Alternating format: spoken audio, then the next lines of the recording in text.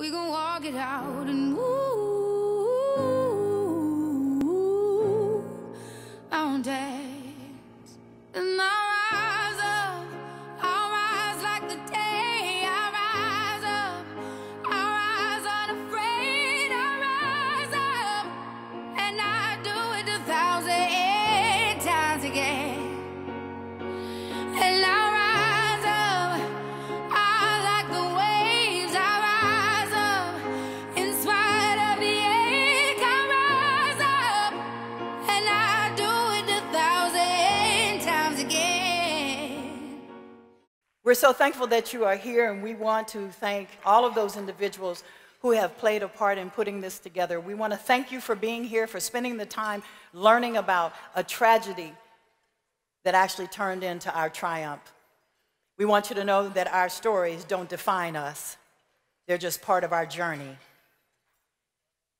And so we'd like to thank you for being here and ask that you would give us just a few minutes of your time. We know that human trafficking is not just sexual exploitation. Human trafficking is the exploitation of human beings by others for profit. And so each one of us will tell you about a different phase of human trafficking, because human trafficking has so many different faces. Not every story is the same. Not every pain is the same.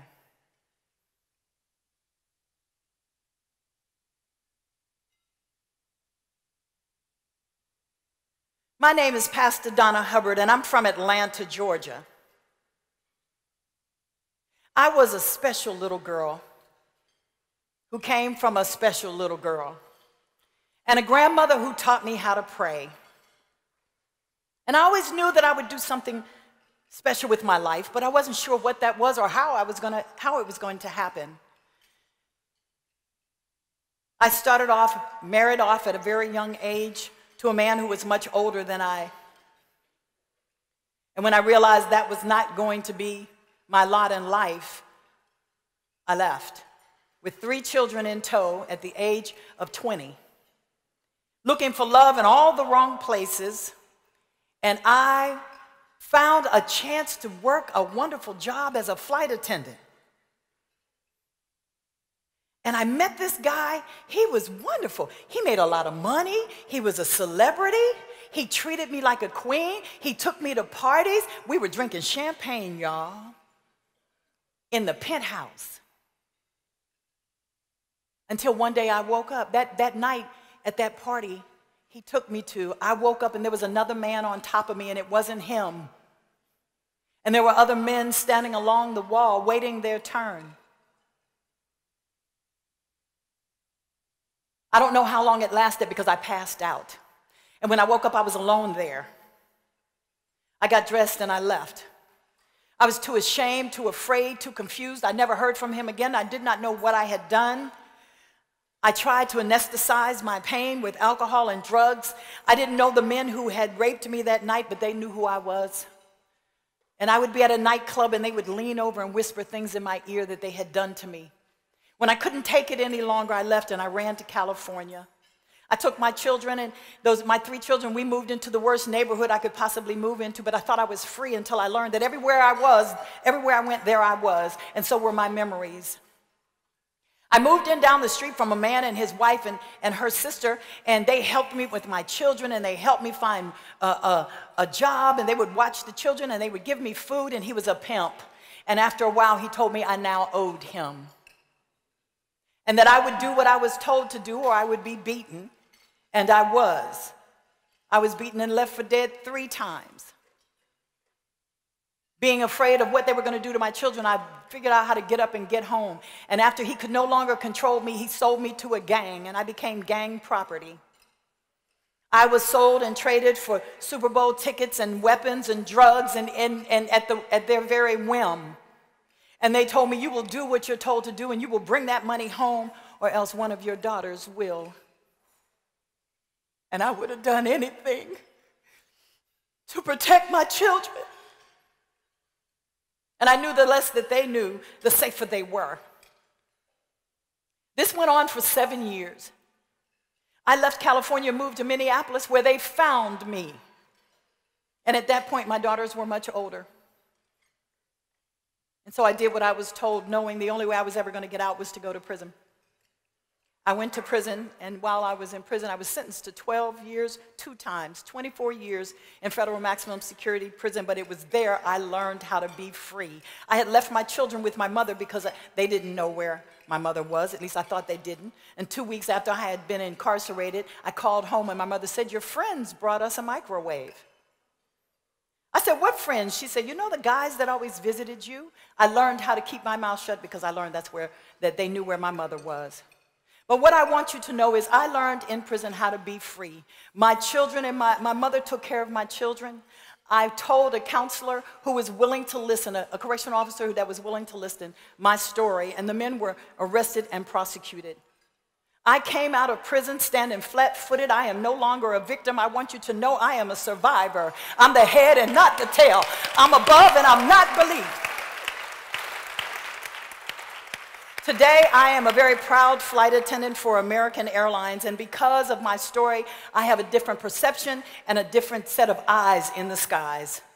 I want you to know how important it is for you to not only open your eyes and see what's going on around you, but to do something about it. Our stories are not the same. I want you to hear another story. Alicia?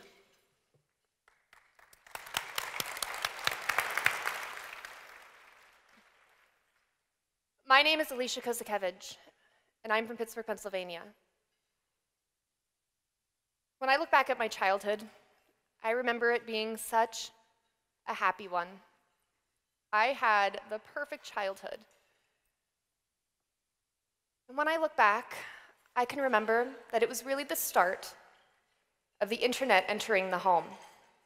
And I spent a lot of time online because that's where my friends were.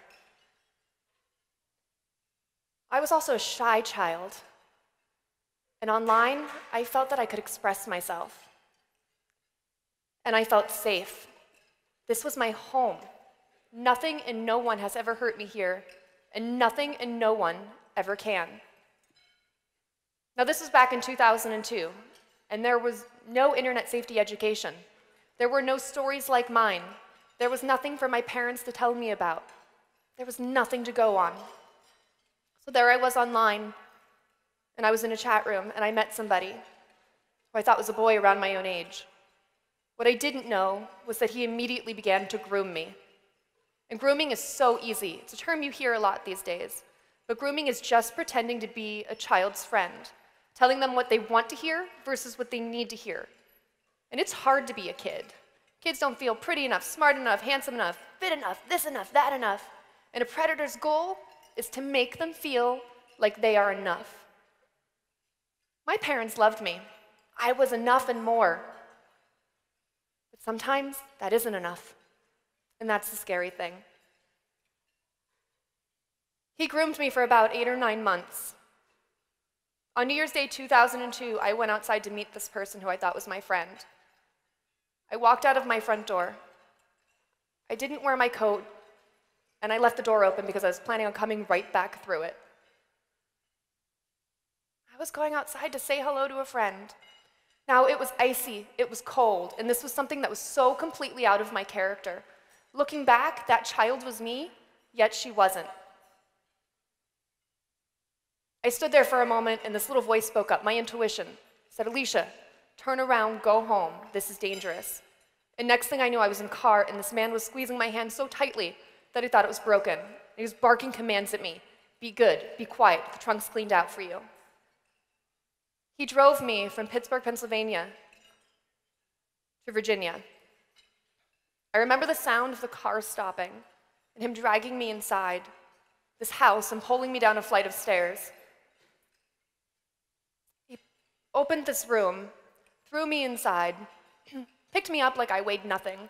Mind you, this room is absolutely pitch black. Props me on this table, and he says, "It's okay. This is going to be really hard for you. I don't mind if you cry." Then he turned on the light, and on the walls were all these torture devices. This was, as has been accurately termed by the media, a basement dungeon. After that, he put a locking dog collar around my neck, and he raped me for the first time. Over those next days, I was raped and beaten and tortured. People often ask me, "Did you think you were going to die?" I knew he was going to kill me, and my goal was to stay alive long enough to be found or to escape, no matter what that meant, no matter what it meant, no matter how humiliating or disgusting or painful. I felt that as soon as I was of, and this is a horrible word, of no use to him, he was going to kill me. On the last day, which I didn't know was the last day, he said, "I'm beginning to like you too much. Tonight we're going to go for a ride." And I knew that that was the day he was going to kill me. But thankfully, that was the day that law enforcement literally busted into the house, cut the chain from around my neck, and set me free and gave me a second chance at life.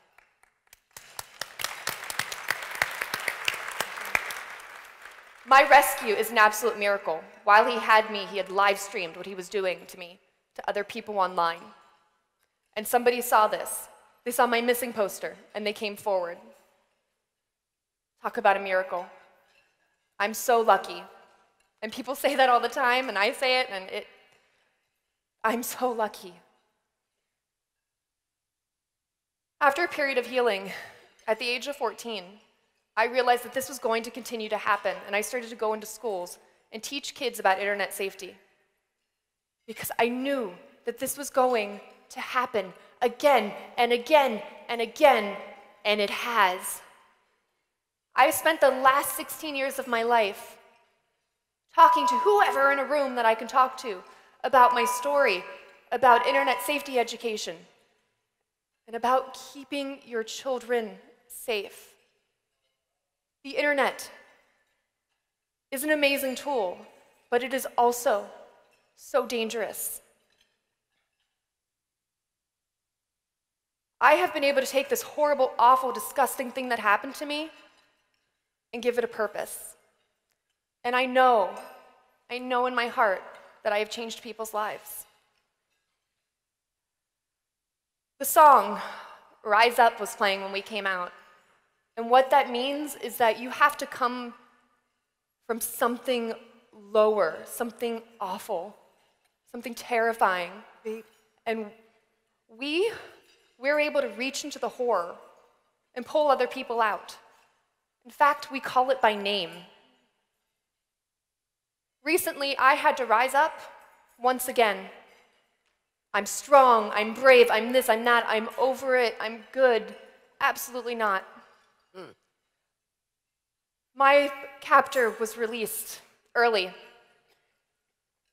and he is living next to my parents, basically. He is about 4 miles away from my parents' home.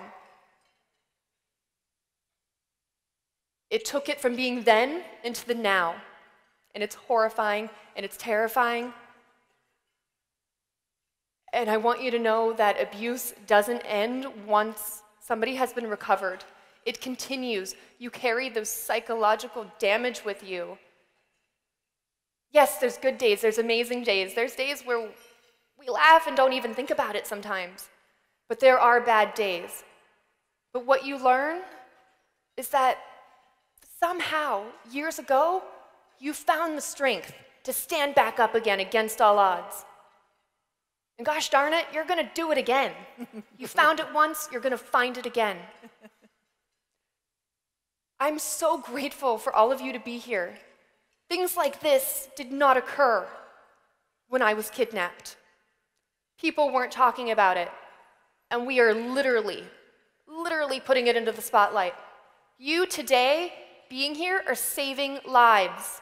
You are playing a role in this, and I am so honored to be here with all of you and so grateful for each and every one of you. I have learned that there's so much evil in this world. There's incredible evil. But there's so much more good. But good has to be louder. Good has to speak up. So thank you for speaking up. Speak up every day. Do everything you can. Thank you so much again for being here.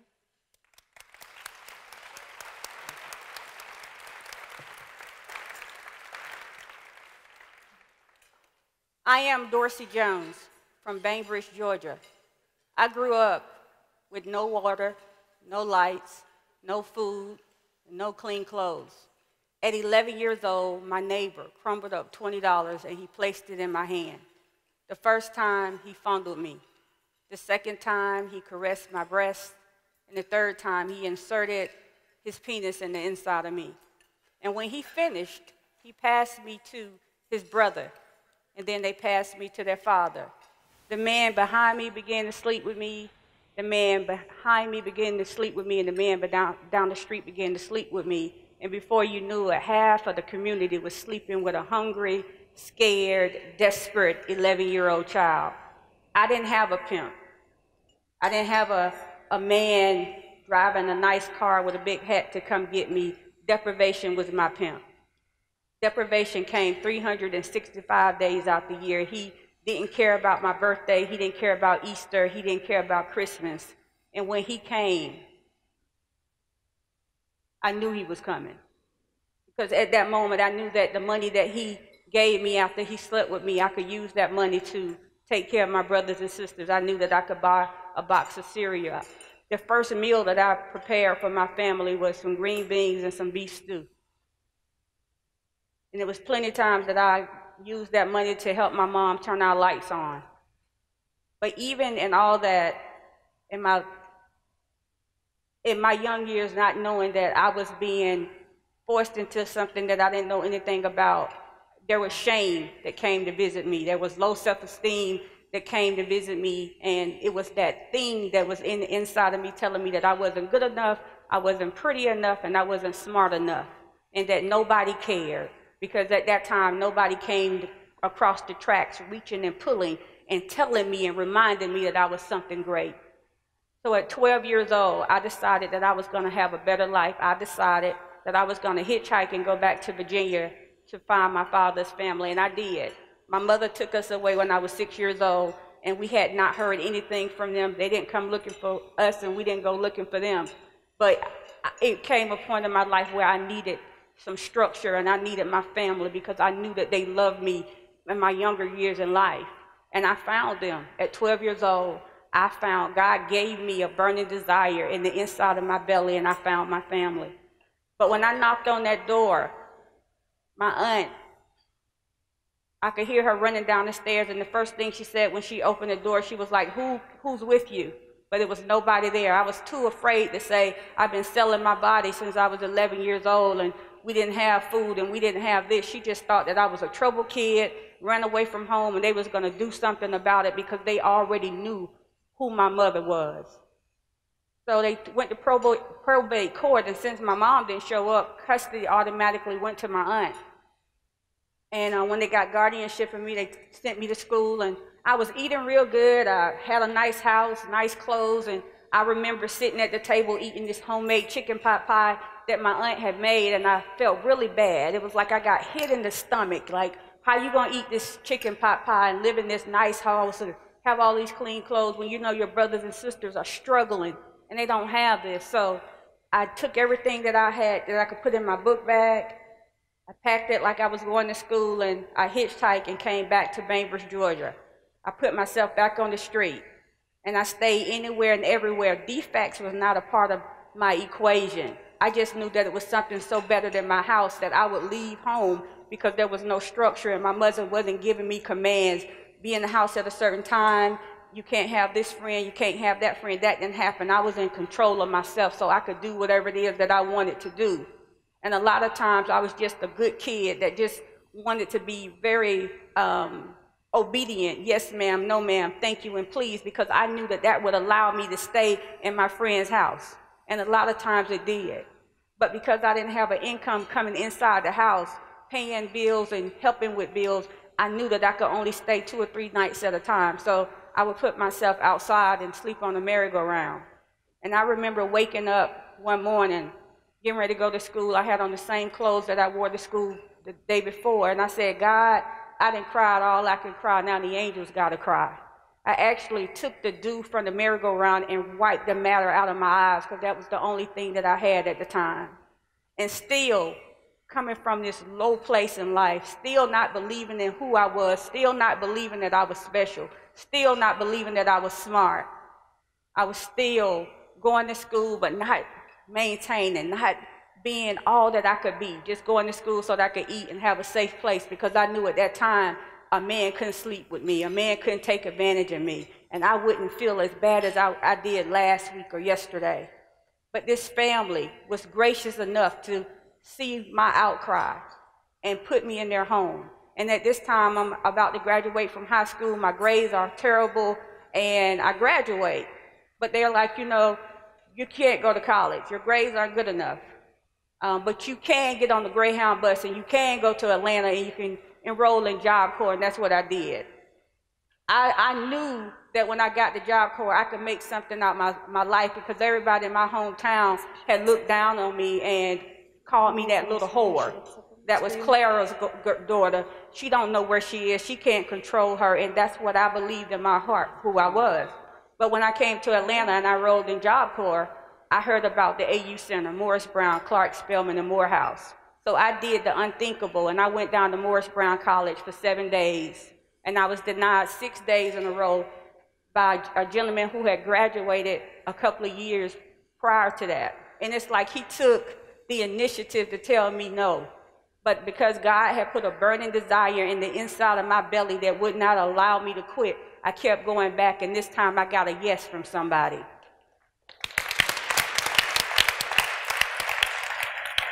And when I got that yes, I knew I couldn't be a student at Morris Brown and a student at Job Corps, so I had to leave Job Corps. And I was homeless for 3 more days, walking down Martin Luther King with a raggedy suitcase. I knocked on the door and asked this gentleman if I could stay in his home. He said his house was for recovering addicts. They didn't have any room, but I could sleep on the balcony.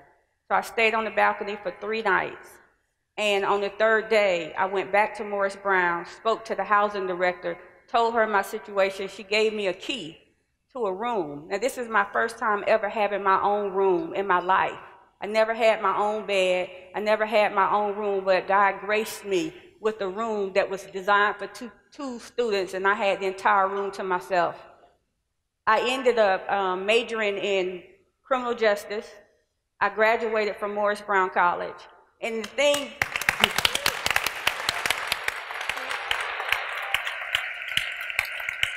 thing that I like to think about the most concerning me is when I was a student at Morris Brown College, they were running for presidents and vice presidents of a program called Student Support Services. I didn't know anybody at the time, but I nominated myself for vice president. And I remember going to my dorm, and Channel 5 News came on. It said, dependable, dedicated, and determined. And I used that. All right. I used that as my slogan. And when they made the call and they said, hey, Dorsey, you really sold yourself short because you had more votes than the president, I knew then that I was somebody. You better I say knew it. then that I was special. I knew then that God took my pain and made it into my purpose. And you know, so many people say your test is your testimony. But I'm standing here before you today, a living witness, a testimony. I'm proud of myself. If nobody else tell me they're proud, I'm proud.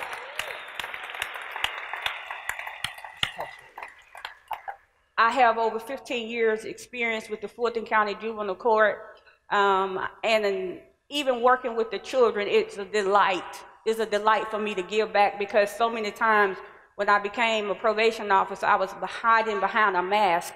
I didn't want anybody to know who I was because it was such a horrible life.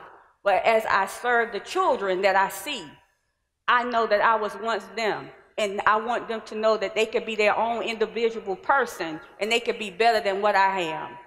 And my job is to make sure that they get the tools that they need to be successful. But you know, as I look around the room, I see so many men, and I applaud you today for being here. I want to say thank you for taking time out of your schedule to realizing that our children are not for sale, they're not for lease, and they're not for rent. But what you need to do is you need to go out in the community, and you need to educate your brothers. You need to educate your golf partners. You need to educate your football partners and the people that you collaborate with when you're just talking about crap. You need to talk to them so that we can get rid of the Roberts of the world, the Robert Crafts and the Robert R. Kellys and all those people. We need to understand that our men are valuable, but at the same time, we wouldn't have people buying Dorseys and the other Dorseys of the world if you guys would just sit down and have a conversation. I didn't grow up thinking that I wanted to use my body. I was put in a situation where I had to use my body. I was forced because nobody told me that my body was precious. So today I come to tell you that if you see something, say something. That your voice is important too, and we can work together. And we can, and we will eradicate sex trafficking. Thank you, and have an awesome day.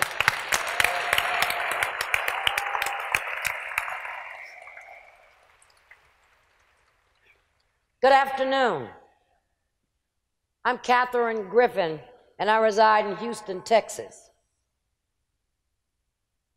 But he's my boyfriend, and I'm 14 years old. And he's a pro football player. And he drives a Cadillac, and he's 28 years old, so why would I even deal with anybody my age? I mean, come on. He told me he was going to make me a woman. My mama couldn't tell me anything, and the fact that my mama wanted me to stop seeing my boyfriend, I told her, I can't wait to get up out of this hole. And she told me that day, it'll be a many a day you wish you had this hole to come back to. Oh, how I understand today. But let me take it back a little further, because I had some secrets that I couldn't tell anybody.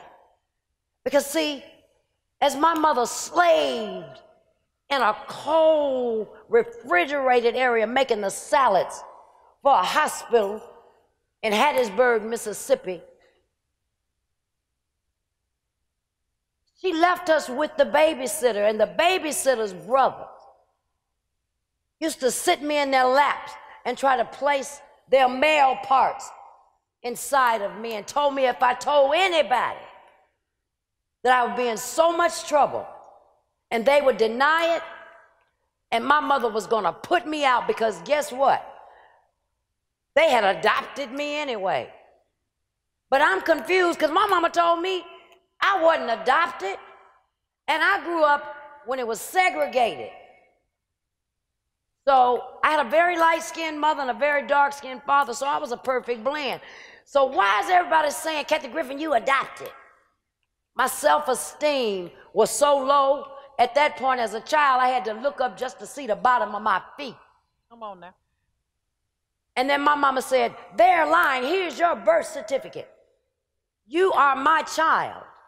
Little did I know how secrets keep you sick.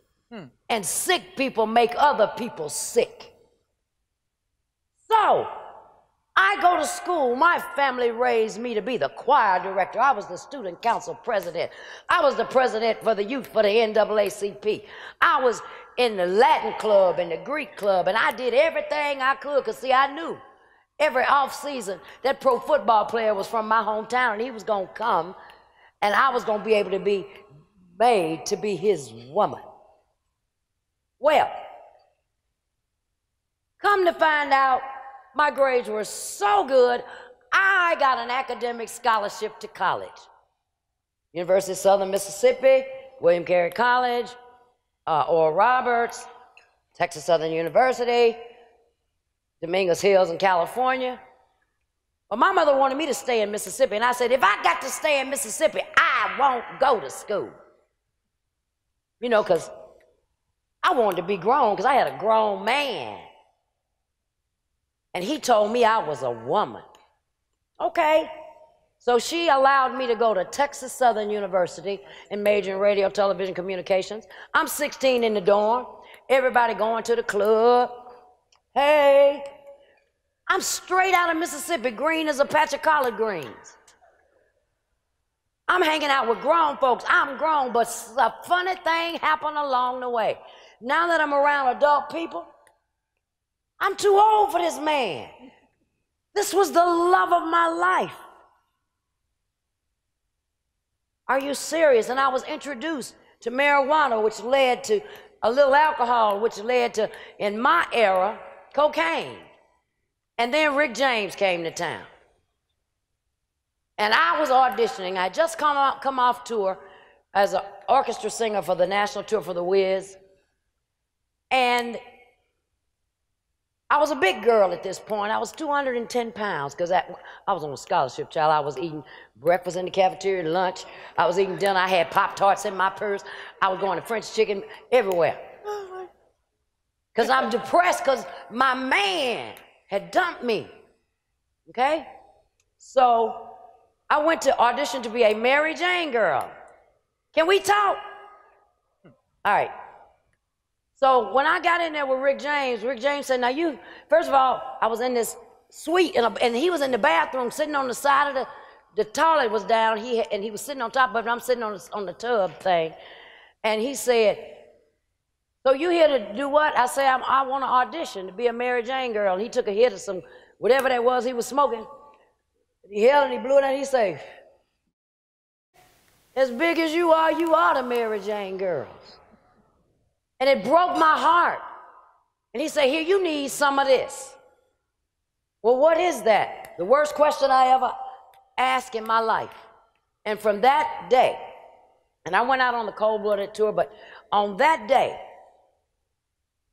my cocaine habit was $30,000 a month that haunted me for over the next 22 years. It led me from Beverly Hills to behind the trash dumpster. Come on now. It led me to do something strange for a little change. It led me to do rockstitution. It led me to do whatever it took, because at this point I'm running into men that sometimes were forcing me to have to do things 20, 30 times a day sexual just to fulfill my habit, just to survive. I got high to live, and I lived to get high. And then a pimp got me, put me in a dog cage, fed me dog food.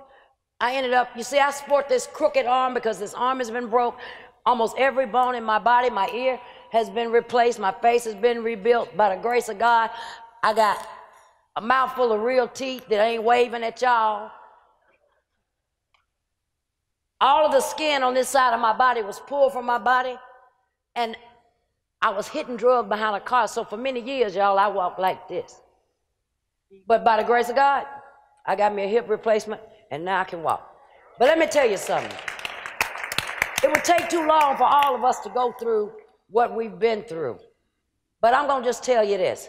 I took that mess and turned it into the message. And I have a doctorate degree in rehabology because I went to 22 rehabs.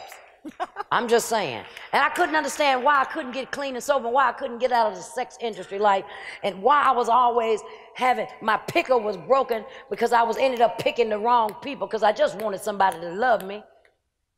Well, let me just tell you this. My last arrest, it was 3 strikes you out in Texas. And they were offering me 25 to life. By the grace of God, I had a crack pipe in my bra. And it qualified me to be the guinea pig for the first drug court. And the judge told me, if you mess up one time, you're going to serve 35 years day to day. Now, all the rehabs I went to, ain't no light ever went on bright as this light in my face. But they told me they was going to lock me up for 35 years day for day. And all I did was destroy myself, make bad choices, and end up with people who sold me over and over and over and over again. And I put together the We've Been There, Done That program, which rehabilitates individuals that have been trapped in the sex industry. They went through drug addiction and all that. And everything you think you see, you might not see. Well, they just want to do that. Hurt people, hurt other people. Today, I'm the Human Trafficking Director for Harris County, Constable Precinct 1. I'm the first ex-con I know of in the state of Texas and maybe abroad to have a law enforcement badge.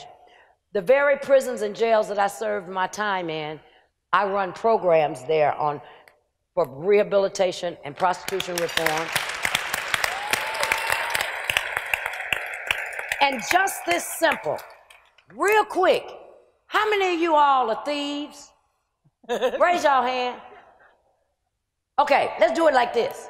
How many of you all ever been to the grocery store? Raise your hand. How many of y'all ate the people grapes? See? Just like that, we will point our fingers at somebody else, and you might have some secrets and some issues that you have overlooked because I'm not that way. But if you want to talk to me, I'll be here. God bless you. I thank you. And keep doing the work and stop judging. Because guess what? Everybody got their own story, and no two people are alike. Be willing to listen, take the rose-colored glasses off, take the cotton out your ears, and let a person tell you what it really is. It is great to be a survivor. Thank you.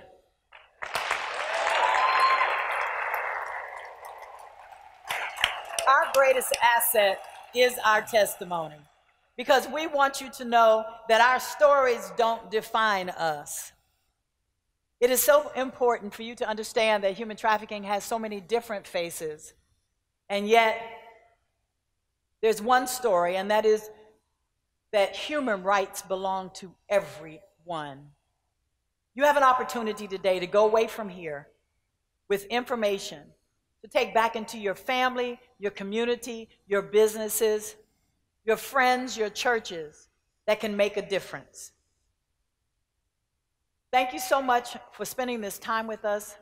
Please enjoy the rest of the day. Get all the information that you can. We'll be around to talk to later on. I want each of you to know that we don't take this for granted, being here. We don't take you being here for granted. We want to thank you, and we want you to understand more than anything that we rise up